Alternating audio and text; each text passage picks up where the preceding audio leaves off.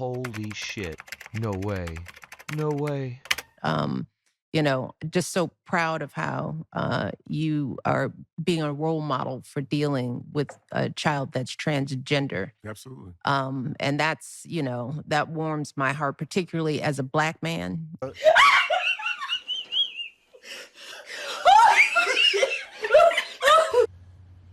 Michael and I also want to acknowledge. I fucking knew it!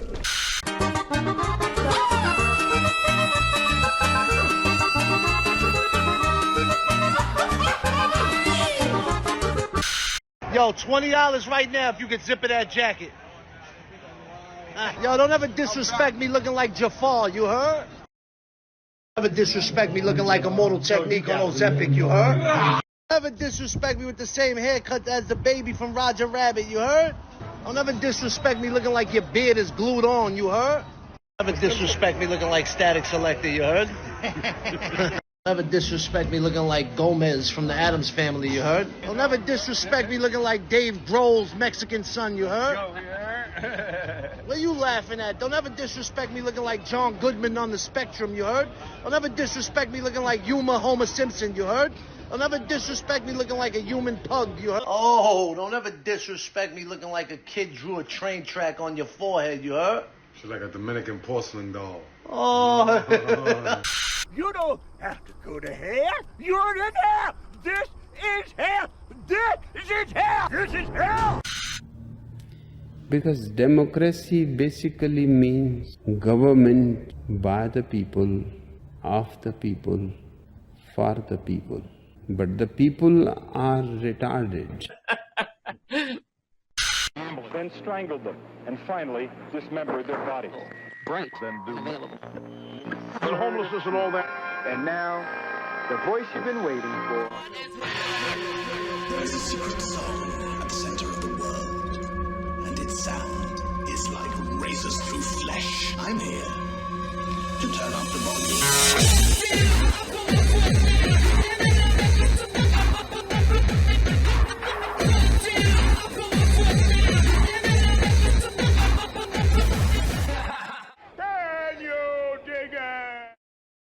I'm kind of retarded.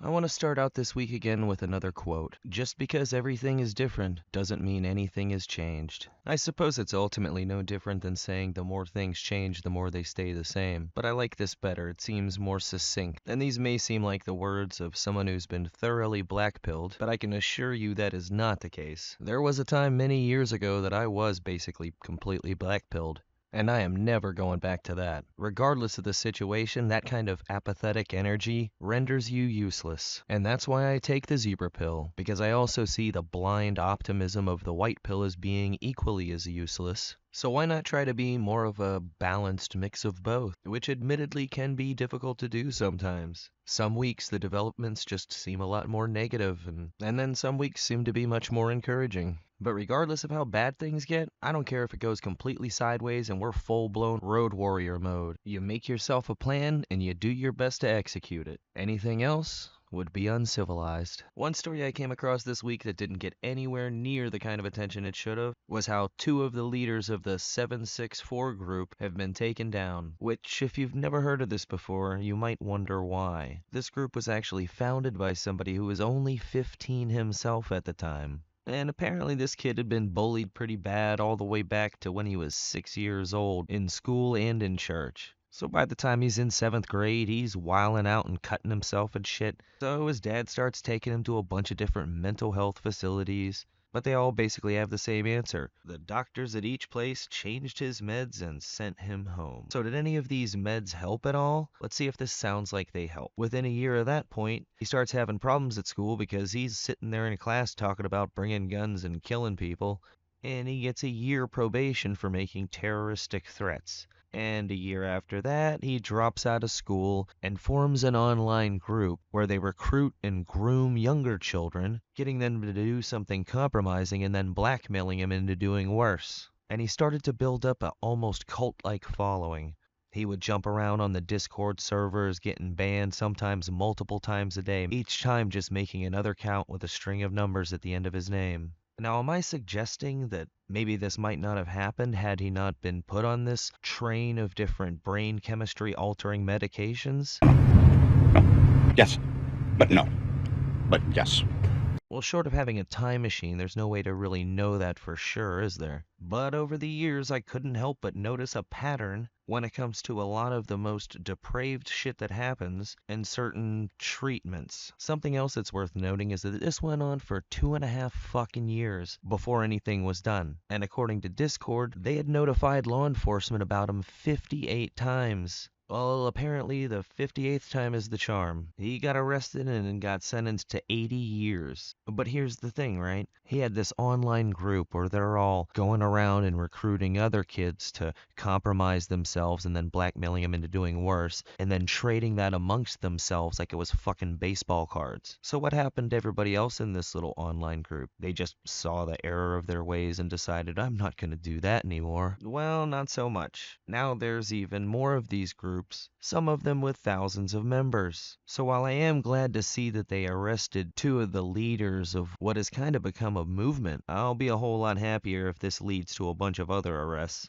And I can't help but wonder why people like Netflix, instead of doing a series on a non-existent problem like young boys getting radicalized by the anti-feminist manosphere influencers and stabbing young girls to death, why not do a series on something like this? It seems to me like it'd be pretty riveting television, and it would have the added benefit of being true.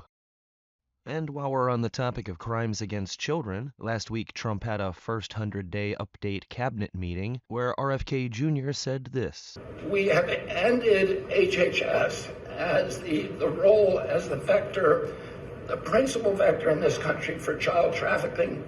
And during the Biden administration, HHS became a collaborator in child trafficking and for sex and for slavery.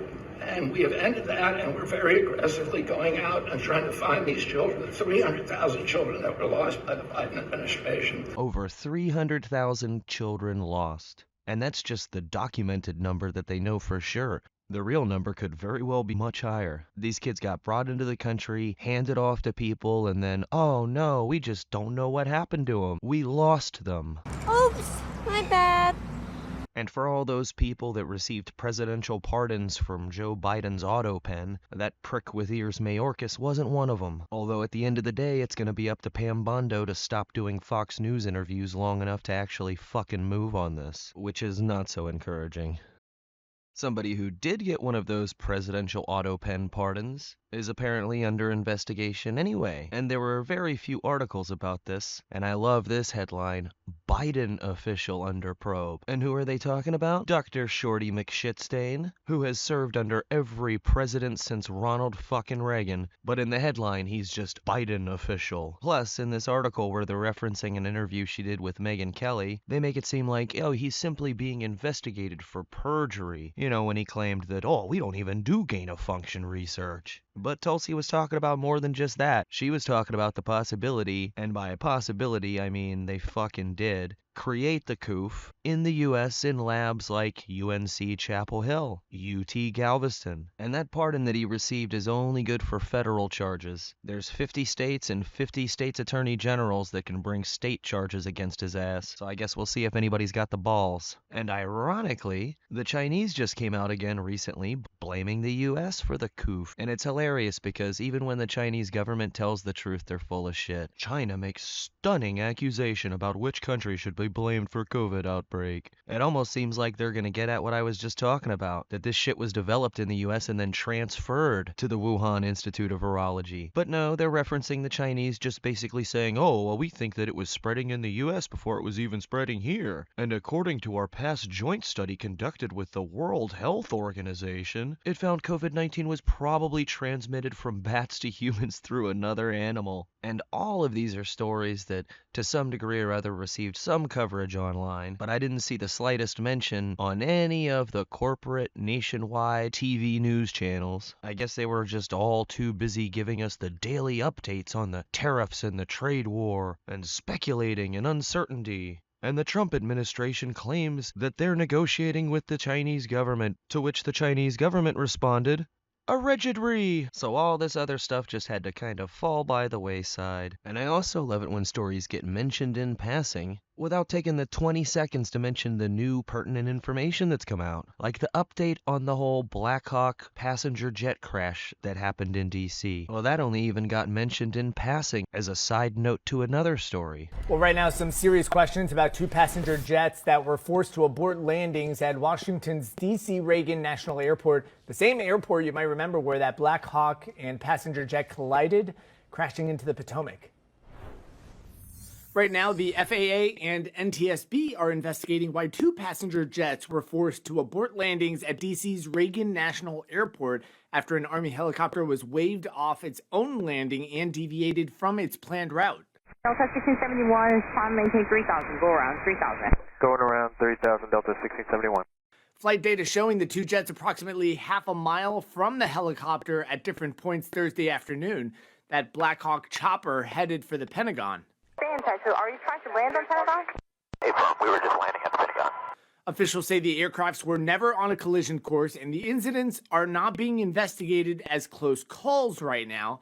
It was only in January that another Black Hawk crashed into an American Airlines flight approaching its landing at that same airport, killing 67 people. It comes as officials warn the travel headache causing hours-long flight delays at another Northeast hub, New Jersey's Newark Airport, is set to worsen. Multiple shifts of air controllers monitoring Newark airspace now on weeks-long medical leave following an equipment outage on Wednesday. The controllers calling it a traumatic experience. The FAA had already warned runway construction and a shortage of controllers could cause significant delays at the airport for months. Oh, they were on medical leave because they were traumatized by an equipment outage. And they only momentarily bring up the Black Hawk crash saying, oh, this was the same airport that the Black Hawk in January crashed at. Not even mentioning the other details that came out, like the warrant officer that was on board, telling her to turn, telling her to lower her altitude, and her not listening at all. Yeah, why would they feel the need to mention any of that? No, it's just a problem with the shortage of staffing at air traffic control. And I even saw an update on my local news about the deported Maryland man, and showing new footage that had been released of his traffic stop where he had a van full of other illegals and for a time was suspected of being a human trafficker. And they act like, oh, that's it, that's the new update, that's all that's come to light. It's not like there's been courtroom audio of his wife released begging the judge to give her the restraining order. I came to fill out a protective order, I think it was in December, but I didn't show up to the court because his family, washed my brain telling me that his dad was sick and not to do it. So I didn't do anything. But after that, it was I would call the police. I have a lot of police reports. And I kept trying to get to the door basement to try to open the door, and then he pushed me. So then when I was able to go outside to get a phone, I called 911 from a disconnected phone. Now they took a long time to get to the house. It was probably 20-30 minutes. So I saw a neighbor walking his dog, and I opened the door and I was like, help. And then when he heard me, he grabbed me from my hair and then he slapped me. And then the neighbor, he didn't know what to do. He didn't know what to react. I have pictures of the evidence, all the bruises, because even on Wednesday, he hit me around 3 in the morning. He would just wake up and hit me. And then last Saturday for my daughter's birthday party, before I went to my daughter's birthday party, he slapped me 3 times, and then last week I did call the police. My sister called the police because he hit me in front of my sister. I tried to get the clip of the local news to basically show the comparison between what they're claiming the update is and what's actually come to light. But again, what do you know? That segment didn't make it onto their uploaded videos. I am shocked. Shocked! Well, not that shocked. And for all the coverage I saw about Mike Waltz getting shit-canned as National Security Advisor, it was always framed as this is fallout from Signalgate, at least on the TV news anyway. Occasionally in some of the online reporting you'd get thrown in as an aside, oh, and then there were some other things too, like this Washington Post article. Inside Waltz's ouster, before Signalgate, talks with Israel angered Trump. And by talks, they mean coordinating with them behind his back and then being a total dick rider for trying to pressure him into attacking Iran on their behalf. And the original title for this article was Waltz Angered Trump Over Conversations with Israel. But they had to change that to throw in some kind of mention of Signalgate, of course. And now he's the ambassador to the United Nations. Arguably the most useless job possible in any administration. I mean, fuck, that's what Nikki Haley did in his first administration. And now Marco Rubio is acting National Security Advisor, in addition to being Secretary of State and acting Director of USAID. And I don't know who the new National Security Advisor is going to end up being. As I've said before, it should be General Flynn, but we'll see how that goes. And as for Rubio, I still don't trust him. I've had long-standing problems with his ass. But insofar as what he's been doing in the administration so far, I don't know what he's been saying behind the scenes, but the statements that he's been putting out publicly, I really can't find much reason for complaint. Fuck, I feel weird just saying that. And now that Zelensky has signed this long-awaited minerals deal, a lot of people got real hopeful and thought maybe this is the light at the end of the tunnel and a big step towards peace. But then the next day, the Ukrainians turned around and started launching massive drone attacks on the Kerch Bridge in Crimea, amongst other targets. And meanwhile, back here in the U.S., we've got our politicians saying jackassy shit like this. He has disrespected our president. I don't think it's going to get any better until we make it clear to Mr. Putin that we are willing to turn him and his country into fish food. You fucking retarded scumbag. And Zelensky in the past few days has made multiple thinly veiled threats at something happening during Russia's Victory Day parade coming up here on Friday, which if something does happen, I really don't see how the Russians don't have some kind of massive response to it. And sadly, I fear that if not that, then something is going to end up happening this week. I just have a definite sense that there is fuckery afoot. Sláinte.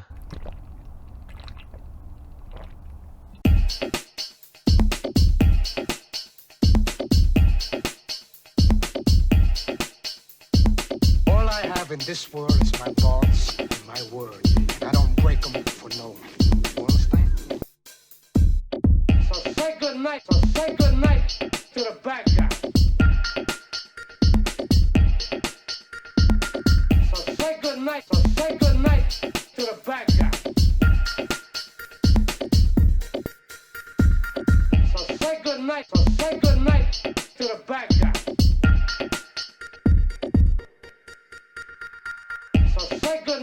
Say good night to the bad guy. Come on.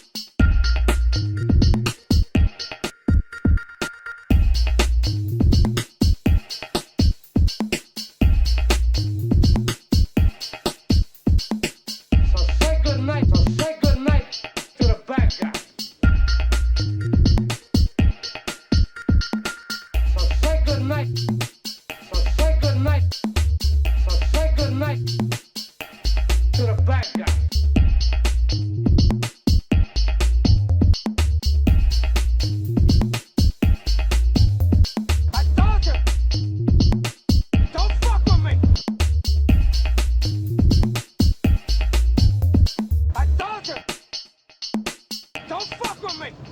I told you! Don't fuck with me! I told you! Don't fuck with me! You stupid fuck! Look at you now!